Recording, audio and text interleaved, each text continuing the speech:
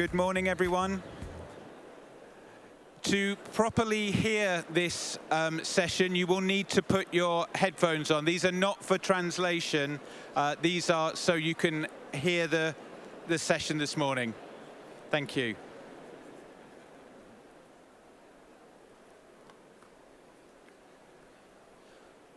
Okay.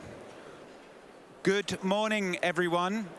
Thank you very much for coming here today, day 2 of ChangeNOW 2025. My name is Tom Pickerell. I am the Global Director of the Ocean Programme at the World Resource Institute, and it's my pleasure to be the moderator of this fascinating session this morning. We're here today to explore how to mobilize the private sector in ocean protection.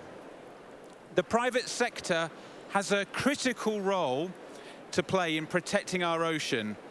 This session this morning is going to dive deep into how businesses can be game changers in conservation, leveraging innovation, investment, and sustainable practices to drive impactful change.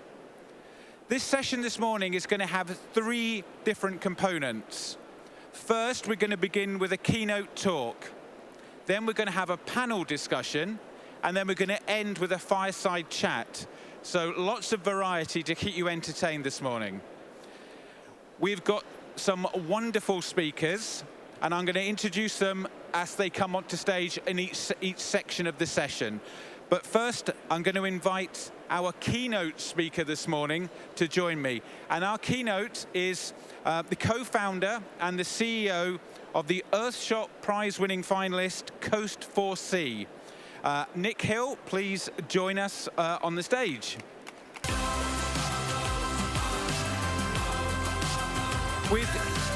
With 2 decades of experience in sustainable enterprises for coastal communities, fundraising and leadership, Nick holds a PhD in seaweed farming and fishing livelihoods. He's also co-founder of Networks and Our Sea, Our Life. We're thrilled to have you here today and to hear your thoughts. So Nick, over to you. Thanks so much, Tom, and it is absolutely fantastic to be here in this amazing setting. I apologize for my voice. I've been trying to hold off a cold that my children have been lovingly trying to share with me, but I think we'll get there, and I think everybody's gradually losing their voice, right? So I'm going to talk about seaweed, really focused in on seaweed as this great opportunity to help drive ocean protection from the private sector. I just wanted to see a show of hands, first thing, 9:30 in the morning. Let's see, who's from the private sector? Wow, pretty much everybody. Awesome. Who are investors? Some, less willing to put their hands up. Philanthropy? Yeah. And a non-profit or a charity? A fair amount. Awesome. So, okay, that gives a good background as to who we're talking to. So, I hope that I can, if you aren't already deeply in love with seaweed, I hope by the end of it you will be in love with seaweed and the opportunities, particularly for smallholder farmers, and how we can drive ocean protection that way. I'll start with a bit of context. We're in a bit of a dire state with ocean protection, really. This is the figures for the ocean where we are with ocean protection. 2.7% of ocean protection fully or highly protected at the moment. 8.3% in some form of protection, but in a lot of that you can even do bottom trawling. It's been gradually on the rise, so that's the positive side, but we need to get to 30%. And this is really underpinned by the fact that there's been a massive underinvestment in SDG 14. So it is the least funded of all of them. I have stolen this slide from Dr. Ribin from UNESCO. So there's been a massive underinvestment into SDG 14. I also want to just highlight that some of the others that are close to that, in terms of in the top 5, I guess, or least 5 well-funded, includes no poverty, gender equality, and this responsible consumption and what's the other word? Protection and consumption, production and consumption. And I think these are all things that actually interplay quite significantly. Let's see if this works. But there's huge economic opportunity in the ocean. This is a figure around the value add, ocean economy value add in 2030. Obviously, we see marine and coastal tourism really topping that. There's a huge amount of opportunity there. And it looks like marine capture fisheries and marine aquaculture are quite significantly lower in that context compared to many of those other sections. However, where are we going to see the ocean protection coming from? I started off, I actually did I came from an ecology background. I did a lot of work, socioeconomics. I worked more and more in socioeconomics. I came into tourism space. I did my MSc in tourism. And I think, unfortunately, it's the exception rather than rule where it actually drives up meaningful ocean protection, right? So I actually was looking for an alternative study site for my PhD, or an alternative study context for my PhD, to understand what opportunities there are to really drive ocean protection that are linked to a business model. That ultimately took me into seaweed farming. Before I go there, I'm going to zoom in a bit on Asia-Pacific marine context. The Asia-Pacific has 80% of global coral reef area. It is the center of marine biodiversity. It's the center of almost everything. I think there's one or two taxa that maybe aren't at the center, don't have their marine biodiversity hotspots in the Asia-Pacific. And one of those groups is actually marine plants. So their center of biodiversity is in Asia-Pacific, and that is where the majority of seaweed is produced.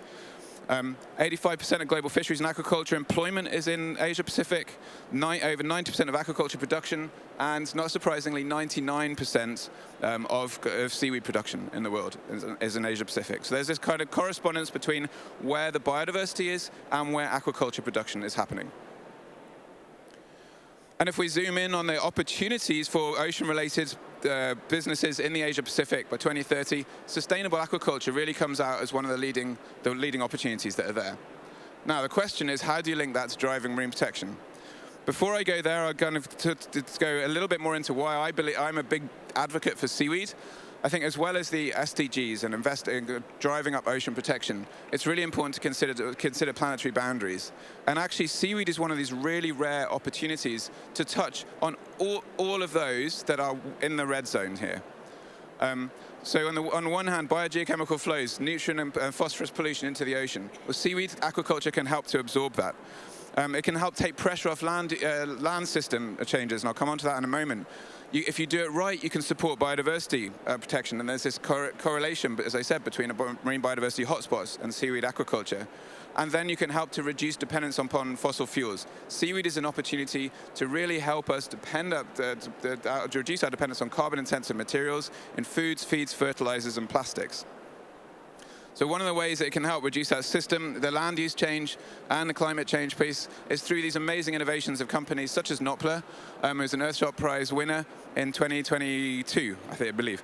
And they've done some incredible innovations to help turn seaweed into plastics that can help to reduce dependence on petrochemicals, and also takes pressure off those sources of bioplastics that are coming from the land and competing for food and crop space. Now, my area of focus is really the tropical red seaweeds, and the main reason for that is it's the most cultivated seaweed on the planet, a group of seaweeds on the planet. It's been cultivated by smallholder producers in Southeast Asia, and they've grown organically over the last 50, 60 years, a bit more than that, to really produce the world's most cultivated crop of seaweed.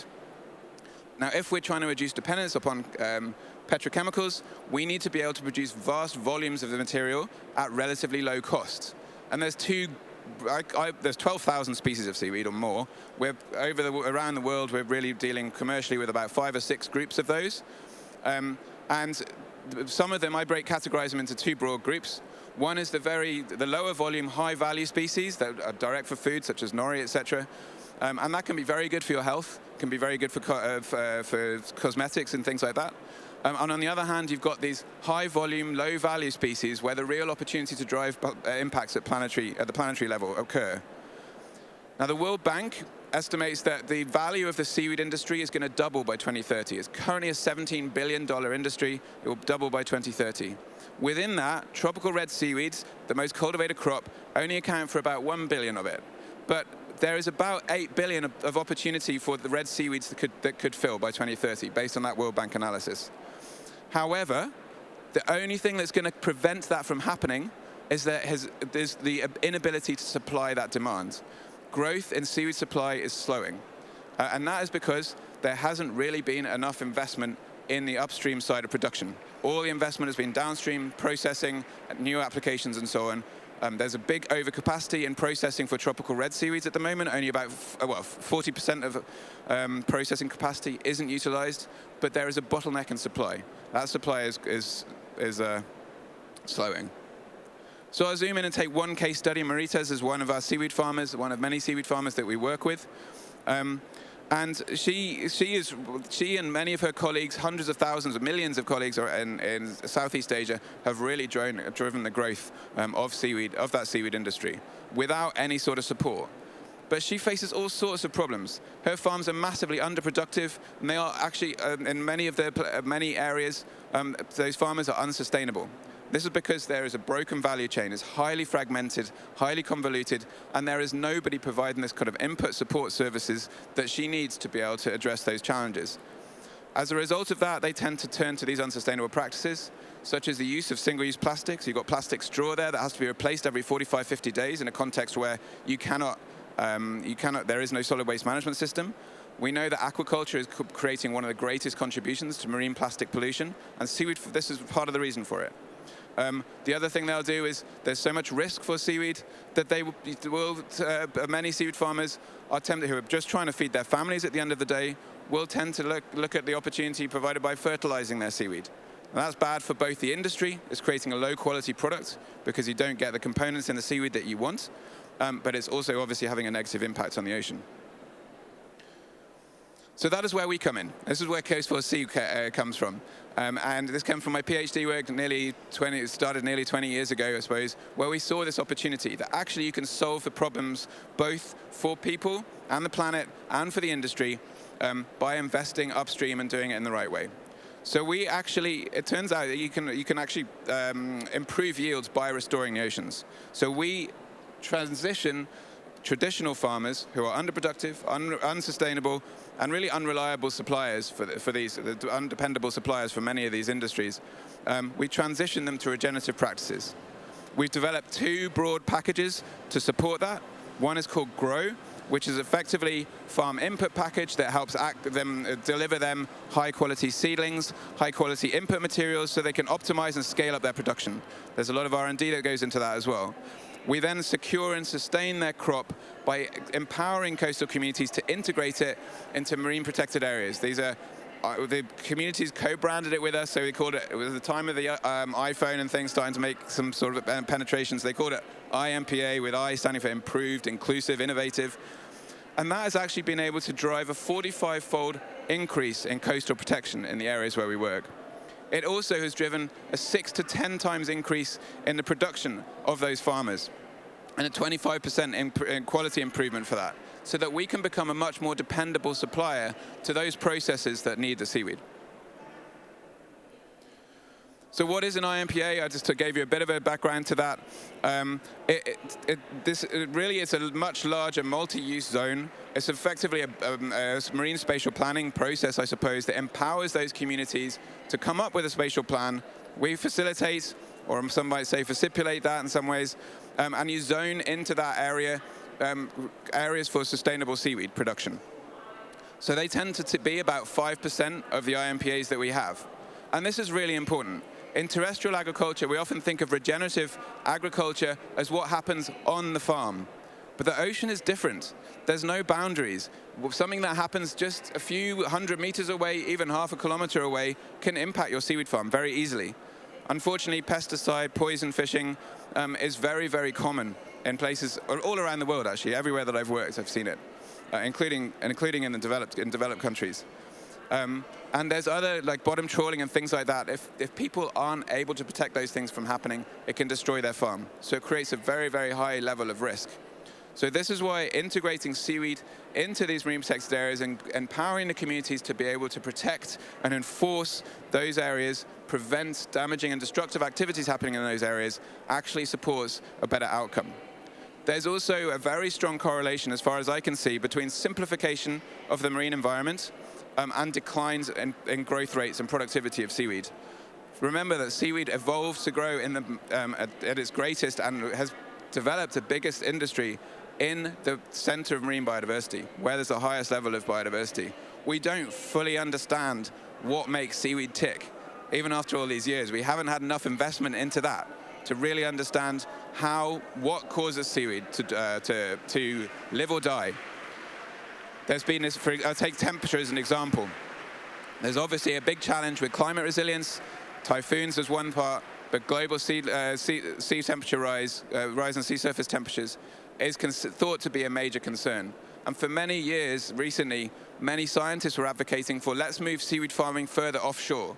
It's been done in the very shallows where people can access, intertidal zones up to a few meters deep.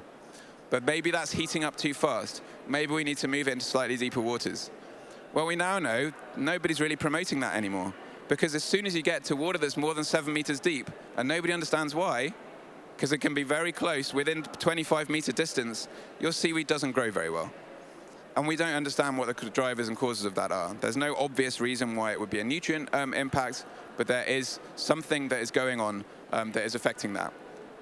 We've been able to solve for some of those challenges. So last year, we had the highest sea surface temperatures ever, and we didn't have any bleaching and disease events in our supported seaweed farms. So we know that there are techniques and approaches that can support that. It's not just a case of rising temperatures. You can make seaweed production resilient to climate change, but you have to adapt your practices. Unfortunately, climate change is happening so fast. The traditional systems of innovation and transmission of that innovation through this giant network of farmers is happening too slowly. So we've not been able to support farmers. This is why it's leading to this underproductive and unsustainable practices happening in those farms. With what we're doing, we're able to aggregate all these farmers at a very large scale. We've got thousands of farmers that we work with, and we're building technologies to even further accelerate the speed of transmission of information between them. And we see all of our farmers as the innovators, the people with the core local ecological knowledge who can help to solve that problem, together supported by some scientific approach and improved ability to communicate and transmit lessons and learnings. So this has all really helped Marita's to scale her seaweed farm. Her seaweed farm is now three or four times bigger, and you really measure seaweed farms in terms of the amount of seaweed, the biomass they're planting. It could be number of lines rather than actual area. And this is a quote from her. She said, "It's helped." She's been farming for 30 years, but our Grow program has empowered her to expand her operation and build savings, something she's never before experienced. And the buyers want to buy more as well. So we're getting great feedback from the customers, the processors. Many of those processors are less interested in the sustainability component of it, but they are very interested in the quality. They don't want plastic contamination. They don't want low carrageenan yields, the yields of them content, for example, in one industry that they're trying to extract from the seaweed. So they're very interested in that. And there's these strong synergies between doing it right for the environment and doing it right for the industry, which is an opportunity that we can leverage. To give a sense of the opportunity there from a business perspective as well, we're actually really building localized business units, and we call them hubs. So one hub will serve 10 to 20 villages. In each village, there'll be 80 to 200 seaweed farmers. Once they are fully operational, each of those hubs can generate around 2,500 tons of raw dried seaweed per year. You multiply that by 8 to get the equivalent in fresh weight. And there's more than 100 hub opportunities across Southeast Asia. So there's a massive potential to scale and to drive, both from a business perspective, an attractive business proposition to help serve those markets, reduce dependence upon petrochemical inputs in foods, feeds, fertilizers, and plastics, whilst also driving real, meaningful change and increase in ocean protection right in the center of marine biodiversity. So I've covered a lot of this already. In the sites where we're working, we've driven up coastal protection 45-fold. This is in the Philippines, which has one of the highest number of marine protected areas in the world, but many of those marine protected areas can be categorized as too small and unsustainable because they're dependent upon philanthropic funding. We're helping with a transition to using sustainable materials, such as supporting these new industries as they innovate and develop seaweed as a feedstock for displacing petrochemicals. Climate resilience, we've really had to live that one. We incorporated in 2021, less than a month before Super Typhoon Hegde came right over the top of us. I lost contact with the team and my co-founder for 2 weeks. Unfortunately, it's not our first rodeo with super typhoons, but we've really had to live that and build in climate resilience as a result of that. And 77% of the farming packages that we provide are to female-led farms. And I think that's really, really important for multiple reasons. And one of the really nice stories here is that we're actually seeing husbands now coming to work for their wives. Now, Philippines is probably higher on the gender equitable part than many countries, certainly where I live, which is in Australia. But that's still, I think that's a fantastic outcome. And we're seeing people reporting that they're spending less money on fuel because their husbands are doing less fishing. And this is all in the context where it's the segment with the highest rate of poverty in the Philippines. So our next steps are really to kind of improve the delivery of this, reduce the friction for delivery of this to vast numbers. So we've been working with tech providers to develop tools that we can put in the hands of our team to reduce friction to deliver so we can take this to scale. And we had some amazing support. Of course, the Earthshot Prize being, as a finalist rather than a winner, Tom being a major, major part of that. It's been a really exciting adventure. And so fantastic to see Hannah on the stage yesterday. Thank you very much, and I look forward to chatting with anybody who's interested afterwards.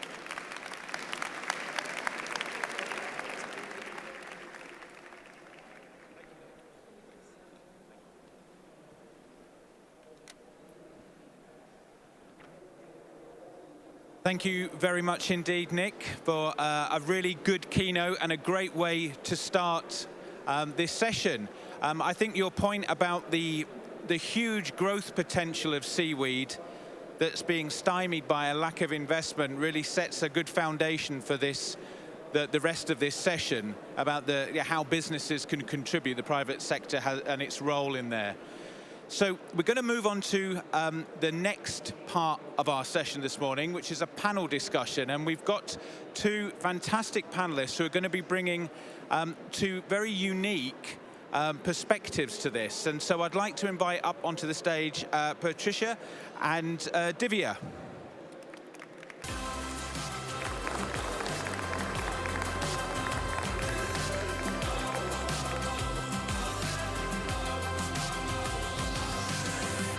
You can hear it through there. Wait. No. Thank you, Tom. Great, thank you very much for joining us. So I'll give a very brief introduction to you both, and then we're going to go straight into some questions I've prepared. So Patricia Ricard is the chair of the Paul Ricard Oceanographic Institute, and Patricia has been actively involved in environmental protection for over 30 years. And has been chair of the Paul Ricard Institute since 2005. And like her grandfather and founder before her, her focus has always been on sustainable development and the public interest. So welcome, Patricia.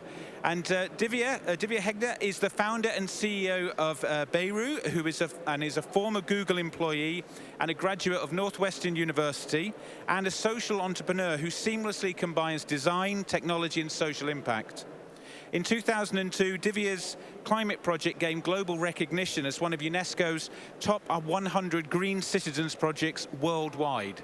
So you can see we have really brought you some fantastic panelists here this morning. So I'm going to kick straight off with a question to Patricia. Can you share some details about the Paul Ricard Oceanographic Institute and its work on the ocean? Well, thank you, Tom, and hello, everyone. Very glad to be here. Well, the Paul Ricard Institute was founded in '66, which is a very rare. We're going to be 60 years next year, and it's one of the very and fewest. There's not enough action from private sectors into ocean science. I'd like to say that the Institute Scientific Paul Ricard is just like a Medicis Villa, but for marine biologists. We are mostly dedicated to coastal zone, so where we can have ecological restoration. And since our beginning, we were very much focused on pollution, and for the last 20 years, we really switched to solution. So we are a nature-based solution. We like bioremediation, biomimicry, bio-inspired, but we also are on breakthrough aquaculture. Basically, I like to also show it like when you see kids playing, they said, okay, you'll be the good one, I'll be the bad one, and blah, blah, blah. And so we invent holistic vision. For example, take the aquaculture. take all the bad externalities. So we don't want fish flour, we don't want carbon, we don't want cold chain, we don't want industrial fishing. So basically you start building using the knowledge of the biology of the fishes, and then you go to multi-trophic aquaculture, you go to another kind of alternative feed. Just remember that 30% of the food ever made on Earth, that's FAO numbers, it goes straight to waste. So we have so much waste food on the planet, so much organic waste material, you know, after farming, after fishing, after everything.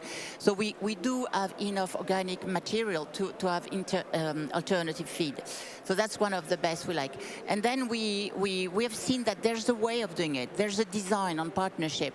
And that's maybe the recipe I'd like to share with you, mostly from the private sectors. Private sector is a bit always afraid to go on biodiversity. It's hard to measure. Indicators are not here already, and even if you have indicators, they're not standard, they're not international, and you can have the risk. And if you go to an NGO, you can have a reputational risk if something happens. So basically, it's hard. Private companies are very comfortable on modern art and culture, but when it goes to innovation and biodiversity and sustainability, it's complex, it's difficult. So the recipe that I found is that there's a very comfortable design, which we call the magic square. The magic square is building partnership with 4 essential pillars. Pillars number 1 is science. You have to be focused on science because science is key. So if you have to work with a university, you have to bring in a lab or whatever, but make university are great. And then you need to have an economic actor, that's your company, and join others. Companies are often, they always want to do it alone. Don't play solo. Join a great orchestra. You will have a solo moment, but just join an orchestra.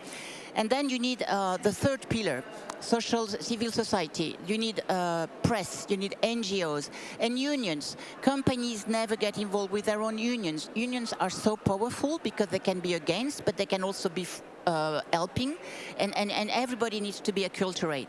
And the 4th pillar, it's institution and territory. So basically you have the pillar number 1, science, that's make knowledge. Pillar number 2, economy, that's private sector, that makes value, that makes market. Pillar number 3, NGOs and medias, they make culture, they make civilization, they make acceptance. And then pillar number 4, institution and territory, that makes regulatory. Because I've seen so many projects, they were very good on science, but they were not well financed, and they were absolutely not in the legal frame. Because when you're when you're in a breakthrough approach, the legal, it's not yet there. So if you can have that 4-pillar magic square building project at the very big, just like you build a house, you know, you have to build the plant and the foundation and the electric panel. So build your project just like within that 4-pillar frames. So that's number 1. Number 2, finance. I'm going to just have to sorry. You're running through my questions here. Oh yeah. Okay. Sorry. So, Divya, can you tell us a little bit about Baeru and its work on the ocean space? Yeah. So Baeru means roots in my native language, Kannada. I'm from coastal Karnataka in India. And we call ourselves Baeru because we are rooted in the local culture, the communities, and the place. We work at the intersection of waste management, coastal livelihoods, technology, and culture.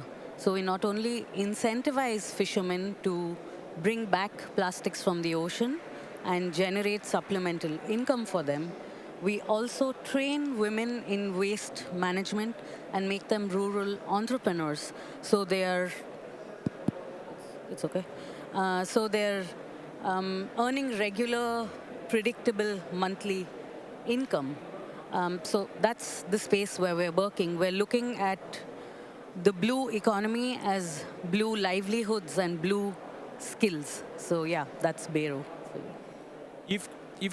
Previously you've called the ocean an economic multiplier.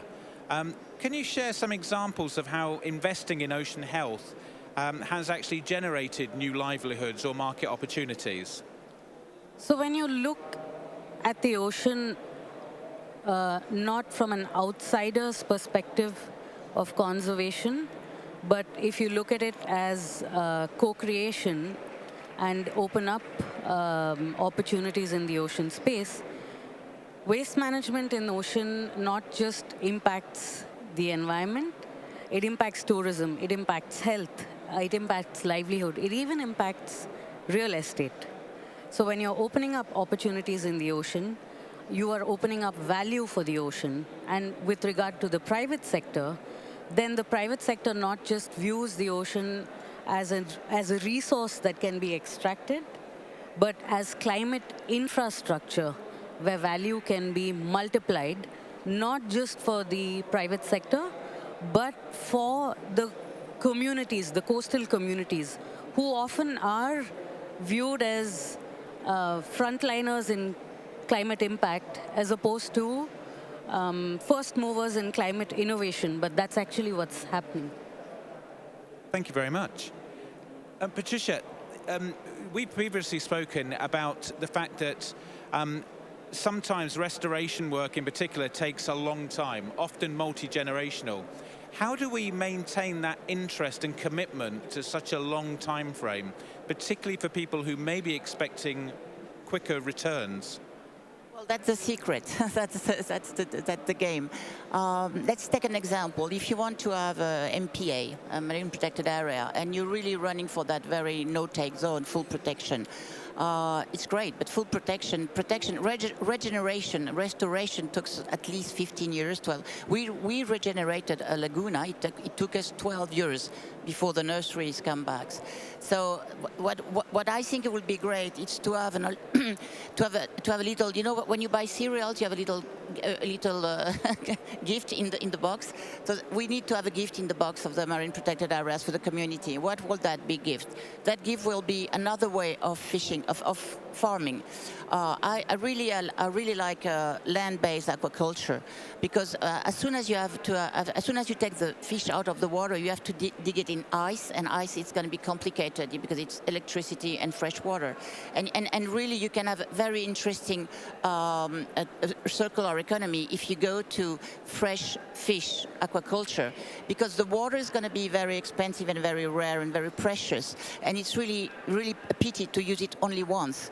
So we've done a farm in Africa where basically before the irrigating system, we built ponds and we raise the fish in the very fresh water getting out of the source, out of the digging, and then the fish are going to make a miracle, because the fish are going to pee and poo in those ponds, and the water you're going to put on the plants are going to be much more enriched, and then you're just going through a trophic chain, and it's what I call low-cost, high-efficiency, low-cost programs, because and imagine that in local communities where the small-scale fisheries are crawled because of seawater temperature, because parasite, because coastal erosion, because nurseries can be destroyed by chemical pollution. I mean, Nick has been through all the risk on the water. So basically, having the idea that you can have your fish within your irrigating system, within your farming system, and every time you bring back the food system, the food production within the communities, it's amazing the number of things you can tackle. We have that program in Arjingen in Senegal. It's called Arjingen Araguna.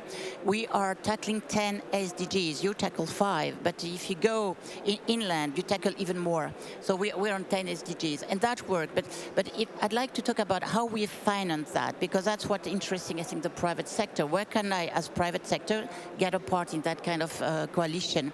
Basically, you have 2 huge companies. The first one is Pernod Ricard. Is our major funders. The other one is Veolia. Veolia is a water company. So we have one foundation, Veolia, and one Institut Oceanographique Paul Ricard. We are going to go to get the European money, European programs. The European programs are great, but they're hard to get. You need an engineer to manage it.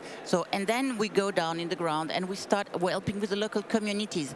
And then the local states arrive. The Ministry of Fishery of Senegal arrives. And then the University of Senegal arrives, of Dakar. And then the National Agency of Aquaculture arrives. And then suddenly the last who have joined the club, the group, the coalition, is the Secretary of State of Illegal Migration. Because no those farms are turning schools for younger fishermen who cannot go, they cannot fish anymore because they have illegal fishing, they have big boats, and so we are switching from fishermen to farmers. But it's a lonely growing program, which has been done with the people, for the people, and there have been we've given the guidance of how to fish farm, how to keep the fish alive, and they have been doing the rest. And that's blended money because we have philanthropy, we have enterprise, and we have public money. Great, thank you. And that leads nicely into a question for Divya. You've done some really exciting work with women in local communities in India. Are you okay to share some of the work you've been doing with the audience? Sure, I'll be happy to. So when we approach ocean conservation or plastic recovery, we didn't approach it from an environment standpoint. We approached it with a question, what's in it for me? Because when you're talking about climate change to people at the front lines and vulnerable populations who already know what the problem is, but they're trying to survive the impact of climate change, you have to change the language of climate communications. What we call as 1.5 degrees increase in temperature, they view as loss of livelihoods, loss of health, migration. So that's the approach we take. So we looked at behavior change, how we can leverage local arts and culture to speak in a manner that resonates with coastal populations. We started leveraging an 11th century folk art called Yakshagana, which talks, and we used it to talk about ocean plastics, health, how plastics enter the stomach of the fish and that fish ends up on your plate. We used humor, storytelling, and this really, using familiar stories really speaks to people. So that's how we entered the space. And then we started training these women to undertake regular waste collection, segregation, and processing, whereby they started earning regular monthly predictable income. So then you're answering, what's in it for me? I'm doing your ocean plastics work. What's in it for me? Because these people are not the people who are the huge consumers. The waste that they're being impacted by is coming from other sites, but they're paying for it with life, with health. So that's how we went about it. And the other thing we're really proud of, besides creating regular livelihoods for both these women and the fishermen who are retrieving plastics from the ocean when they go fishing, is something called the Khushi Project. Khushi means happiness in our language, and it actually pertains to a mental health project that we undertook, because waste work is hard work, and there's still a lot of social stigma attached to waste work. So we started providing pro bono counseling in partnership with mental health professionals, because this work is not just about livelihoods or saving the planet. By the way, I don't think we need to save the oceans. We need the oceans to survive. The oceans will probably outlast us long after we're gone. But what this does then is have a holistic approach to coastal work as opposed to only tackling it as waste. We look at it as waste infrastructure, how we can unlock this value for us, our future generations, and also it's food security and its economy. So. Great, thank you. Patricia, you've advocated that we should all work with our competitors. Can you give an example of how that has actually happened in real life and what the outcomes were? Well, if you all remember, in COP22, they funded the Marrakesh Partnership, and that was getting all the companies from the same sectors going together to push on. I remember it was transportation, and then you have all those car companies getting together to try to advocate for a decarbonation, but on their own time. I mean, it's a dialogue. I mean, they get together to say, okay, we want to go cleaner, greener, but we need time to do it. So it's it's a place where you can really share and have a collective intelligence to make it happen on your own path. So it is possible. And I think that today the challenges are so big that, and it's very expensive. And companies today, and mostly since the last, on the actual moment, companies are a bit freeze on how can I spend my money in the future. I mean, it's not clear. And innovation is expensive. And breakthrough innovation is scary. And you don't have benchmark, and you don't have studies, and you don't have indicators. I mean, so you're lost because companies need so much tools to get on. And so if you get with your peers, I mean sector peers or project peers, or you can then have those coalitions, and then you can go for public money. Private sector never thinks about public money to research, to innovate. So I think that it's time to go together. So don't play solo.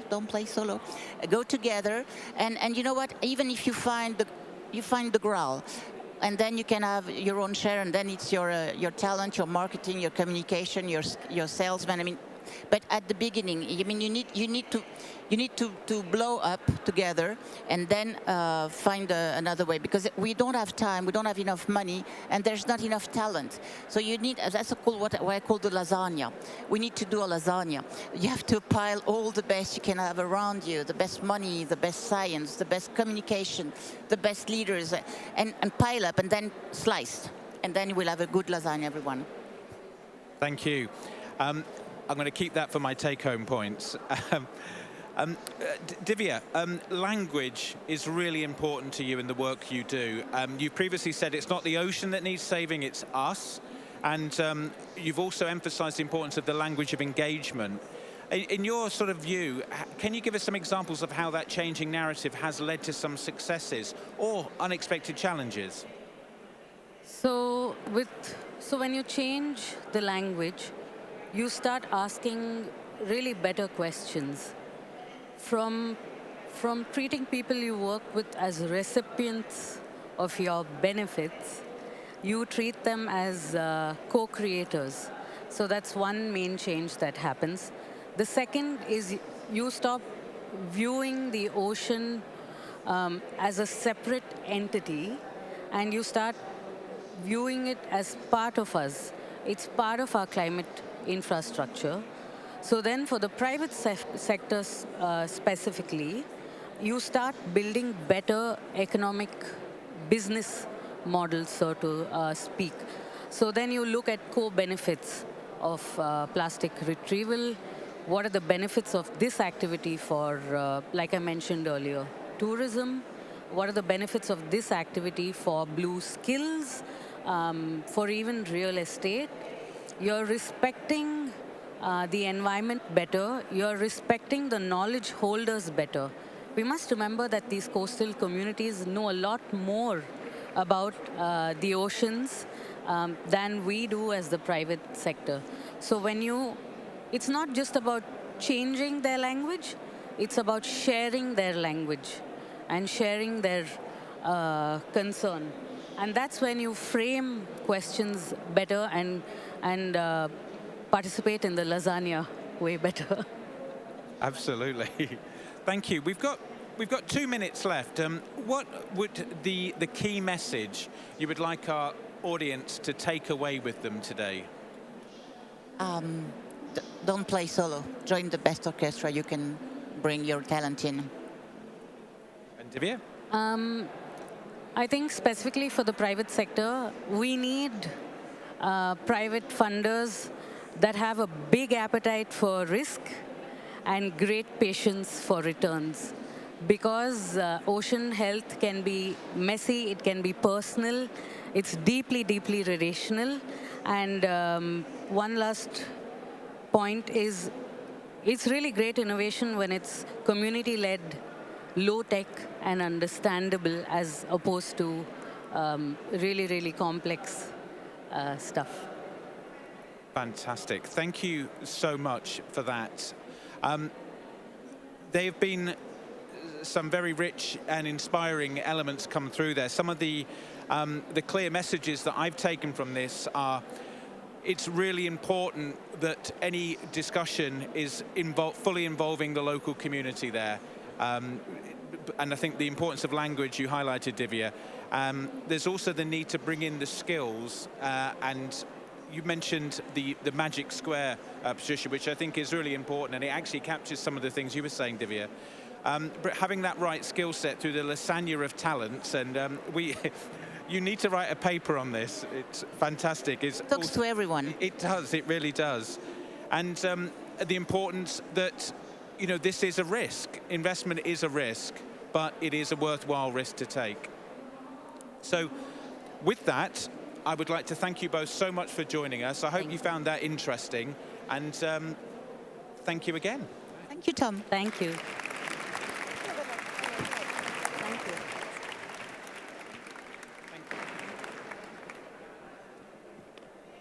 Okay, we're now going to move on to the fireside chat element, and you're going to have to imagine the fireside, I'm afraid, but it is here.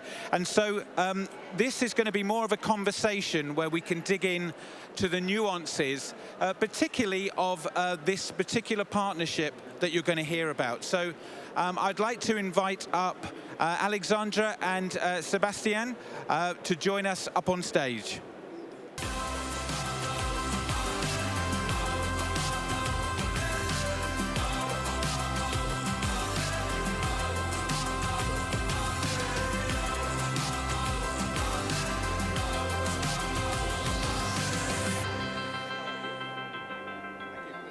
No, that's it. Yeah, you two. You're the important ones. Thank you very much indeed for joining us. And so up on stage with me, we have Alexandra Palt, who is the president of WWF France. And we also have Sébastien Bazin, who is the CEO of ACCOR, and he's also a sustainable hospitality advocate. And thank you so much for both joining us today. This is great to have you both here. I'd like to kick off straight away, and I should give you a microphone, by asking both of you, what is the role of business in protecting nature? Yeah, so good morning, everybody. Thank you for having us. I think there is something very important which still not everybody has understood. That is that business, when business works, does the business, there are resources that are used and that are not paid for. Clean air, water, placements, and so on. And so there are in our P&L, but I'm not anymore business, but before that, in P&Ls and in business accounting, there it is not taken into account. What are the costs? We always talk about socio-economic value that we bring to society, the business brings to society, and there is value that is added.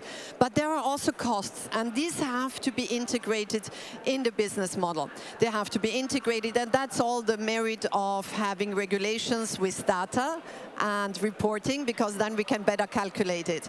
So business has a role in being aware of what is the impact on nature, of limiting it, but also on restoring. And I think that there is yet not, Midos said that we have to expand the horizon of caring. And business has to expand the horizon of caring on nature, because that's part of what business needs to function. It's part of what it has without cost, so it has to give back to society. So it's of course in the business, but there is also a role for nature in society. Fantastic, thank you. And Sébastien, would you like to offer your thoughts on that as well, the role of business in protecting nature? Sure. I mean, let me start with without nature, ACCOR is going to die. ACCOR, people don't understand it. 25% of the hotels in the world are attached to ocean. 25%. A third of the number of tourists, when they leave their hometown, basically end up being on the oceans or next to the city on the oceans. And at the end, which is even more compelling for me, 3.5 billion people on the planet are living and eating only from the oceans. My job is welcoming and caring for people, whether they are my employees or whether they are travelers. So, and it ends up that I guess the first and the largest hotel company in the world as operator in the oceans dependent hotels happen to be ACCOR, because we're #1 in Europe, #1 in Southeast Asia, #1 in the Middle East, #1 in South America. So I need to wake up and I need to understand that if all of this disappears, then my destination will disappear, my client will not come, and a greater number of people will actually die from nutrition. So for me as a leader is, one, you need to have a proper diagnostic. What are you depending from? Two, if you have a diagnostic, what are you doing? Are you an actor or are you a spectator of your own life? And if you decide to be an actor, then how do you have the proper methodology? How do you educate people? And what are you doing differently from what you've done before when it comes to protecting the oceans? And then we can go on and on, but that has to do with food waste, has to do with menus, has to do with plastic, has to do with water consumption. So if you start with the right foot on the right diagnostic, if you understand it, then play. And when you play, which is why I'm next with Alexandra, we're going to talk about it, you cannot play alone. And the problem with me talking about it, then people understand what I say, and then I'm committed, because then I have to deliver, which is why I come every year here, is the good news, there is solutions. Those exist. Difficulty, do you go as fast enough, or are you reneging on your commitments? And that's the topic of this morning. Thank you very much. And that's really a great point to sort of go into a little bit more detail about. Why did you choose to work with an NGO, and in particular with WWF France? Because you could have done this on your own, but you've chosen to work together. Well, I'm going to say it because they're going to kick my ass. No, seriously, I can commit for many things. I think I'll engage ACCOR, I'll engage employees of ACCOR, hopefully my shareholders, but that's not enough. I need somebody to be the devil advocate, to guide me, to make sure I live by my commitments, to wake me up. I think, Sébastien, this is not what you promised. So alone, it's probably too easy. Two, in many ways, when you run a company, you have a lot of contradictory injunctions. What you may do for your employees may not be good for your customers, let alone not good for your shareholders. So somebody has to be on my side, remembering me, Sébastien, what are you standing for? And WWF was very natural, very legitimate, probably came too late. We probably, in hindsight, we've done it last year. We should have done it maybe 10 years ago. My fault, but they're there. We signed for 3 years. They're probably going to be with me for the next 10 years. Great. Thank you. And Alexandra, how does this type of collaboration align with your vision of ocean sustainability? So I think what is really important in public-private, in NGO and private cooperation is that this is system change. It is not just about one company, you know. Some NGOs, they are here and they say, yeah, you just have to do that. Unfortunately, it's more complex than that. It is a system change. So where better to go than to go with the leader, with a committed leadership, to say we have to change the industry. It's never enough to just have one company who is committed. It has to be the leader. It has to be with a strong leadership, with an advocate who wants to speak out, wants to speak up like this. Also looking at competitors and other actors in the value chain. And that will allow more system change, because we have to understand this is not linear anymore. Everything is connected. And so for us, it is extremely important. We work with local actors in the fishery business, because we know that better ocean protection will protect better income for fishers and for the population. We work with ACCOR with this kind of huge commitment. And of course, we want to use that also to raise awareness among the clients. And ACCOR is doing that too in Novotels in the specific partnership. And then to make it an industry dynamic. And that is the element that will change. And that's how it's connected. Thank you. I wonder if we could, a question to both of you. Can you share with the audience an example of the collaboration in work, maybe on a specific issue, just to sort of show how you're both working together on something? Okay, I'm going to give you some, at least you understand the scale.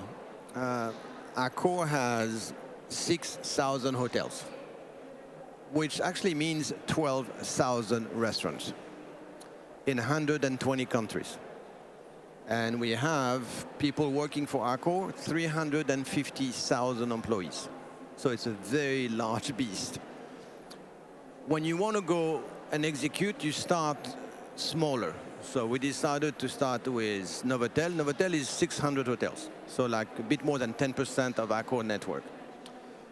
When you tackle the ocean issues, there's two things we started with. Number one, plastic.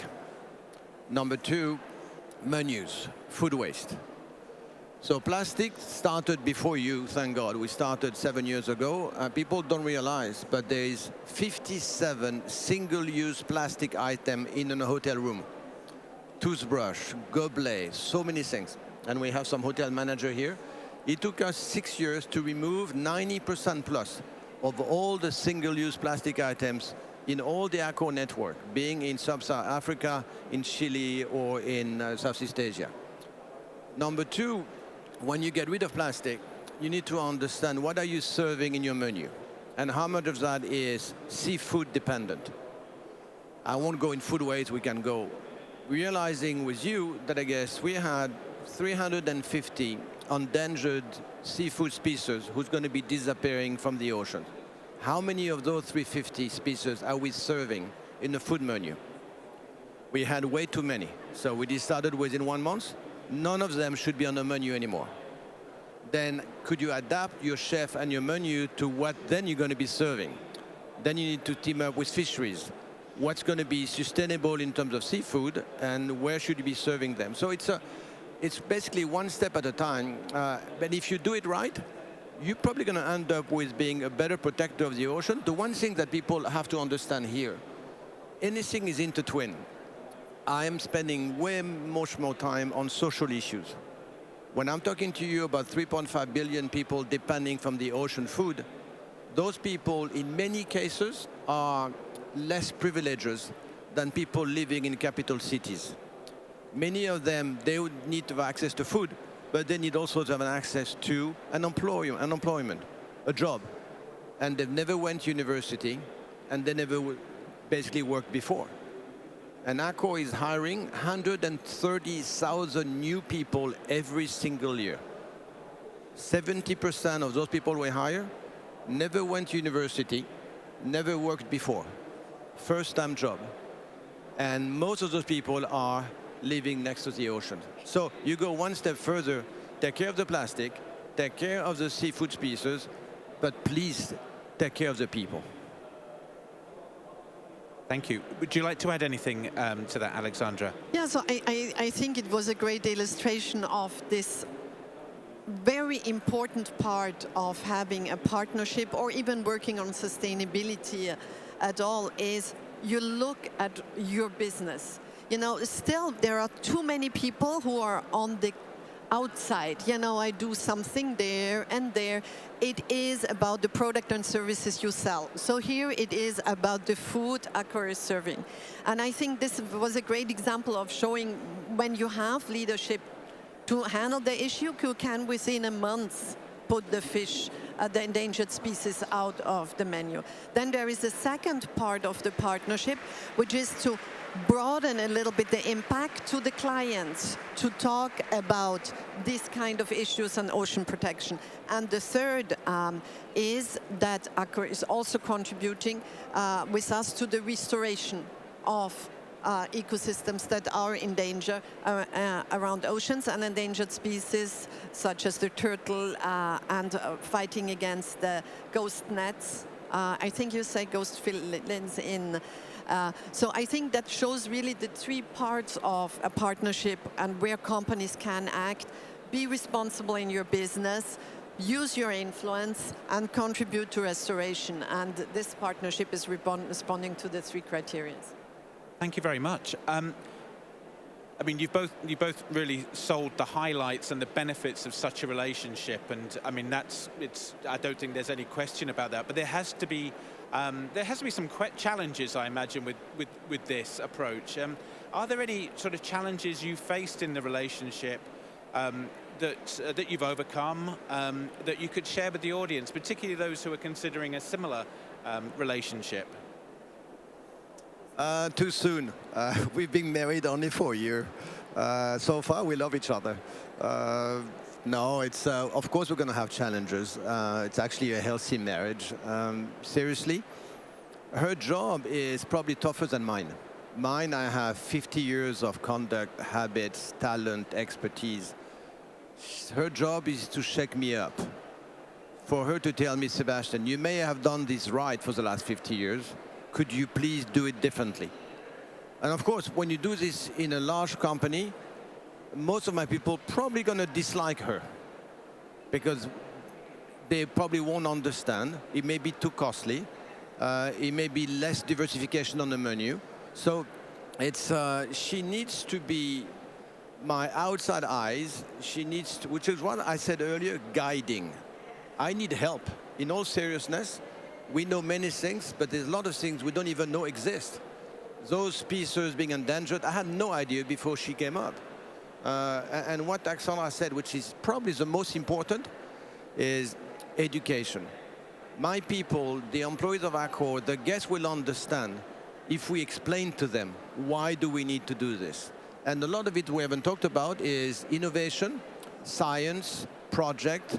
There's a lot of things WWF does, which I'm not even aware of. Things that ACCOR should probably participate in and basically scale them up in 120 countries. You know, they've been here probably a couple of days ago. We started 11 years ago with a boat called Energy Observer. ACCOR was the lead investor on helping that boat going on 5 continents. It's hydrogen and it's zero emission. We've learned so many things over the last 7 years on that boat, and we're doing another yacht today, a big, large sailing yacht. I would have never done it if it was not a sailing yacht, because it's going to be driven by the wind. It's not diesel, and it's different from the others. So it's, I just want her to not attack me, but to, shake me, which is good, healthy.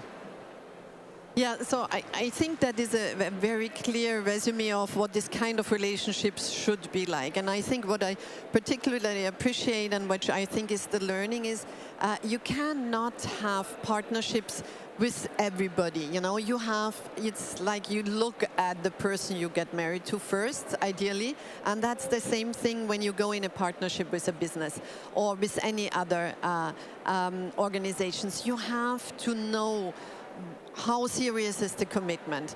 You have to evaluate the leader and the leadership team to see, is this fashion or is this in the moment, you know, in the business sector? A lot of people are like, I'll talk next year at ChangeNOW or wherever, because this year it's not that rewarding. So I think you have to connect with somebody you know will stand up for the values and has the humility to say, okay, I need to learn. But I think also from the NGO side, this humility is also very important. We do not know everything. You know, I have experienced that in 12 years at L'Oréal, things are also complex to change when you're alone as a business actor. So you have as an NGO and also as a sustainability leader within companies, you have to stretch but not to break. And I think that's also what Sébastien just said. We have to stretch it, to challenge, but not break. Because if we break, ACCOR can't do his business, we can work on the system transformation together. So this is really important. And for that, you need courage. And courage is in the moment also a very rare quality. But it's just a habit to be taken. You will not always have a CEO who says, please, please shake me, challenge me. But you have to do it in a way that people can take it. So you questions and questions. People will react negatively to accusations, but positively to be guided through questions. Thank you very much. Last question for you both. We're in beautiful France. Many of us will return to France in June in Nice for the United Nations Oceans Conference. As business and NGO leaders, what are you looking for to come out of UNOC? Listen, dialogue, share, disagree, commit, and stand by who you are. I mean, I guess in many cases, governments can do very little. They talk well, they have a view, they commit, but government do change. We've seen what Mr. Trump decided last night, which is a pure aberration. And I hope Nice we're going to be backing everybody together just to stand against America on that decision. Many on other decisions, but on that one, that's for sure. It's private sector can do 10 times more. Because if I commit for ACCOR for the next 5 years, I guarantee you 90% will be delivered. So how do you go and intertwine what a government needs to say, knowing that they probably cannot execute upon it, and what the private sector has to understand and basically act and do it faster and differently? One is depending from one another, but I will bet on the private sector more than I will bet on the public sector. Yeah, so I hope for the private sector, but we see that we also need, you know, I'm a big believer, of course, in public regulation and public sector, because we can see, we have now the negative example of what can happen when the wrong person is elected. So we also have to be aware that this is important. So what I expect, I will not go into details, but I expect decency in Nice, that people have the courage to stand up and remain, because the problem is that this, the dialogue that's happening in the moment, yeah, or the conversation, that the level is going so much down that the conversation is positioned at another place than where it should be positioned. So now politicians, we all have to position the conversation on the right level. Let those people who think. And the interesting thing is that this is a total recognition of the scarcity of resources. Everything that Mr. Trump does confirms what we say about resources becoming scarce, about the end of limitlessness. So, but he wants to go and serve himself somewhere differently. And we say we want a different model. So the conversation has to be positioned. And there cannot be this kind of, this is a little bit complicated in the moment because they have so much power and so much money. We need clear alignment, clear speeches, clear politicians, courage and decency at UNOC. Thank you very much. And yes, a big round of applause, please, for our Fireside chatters.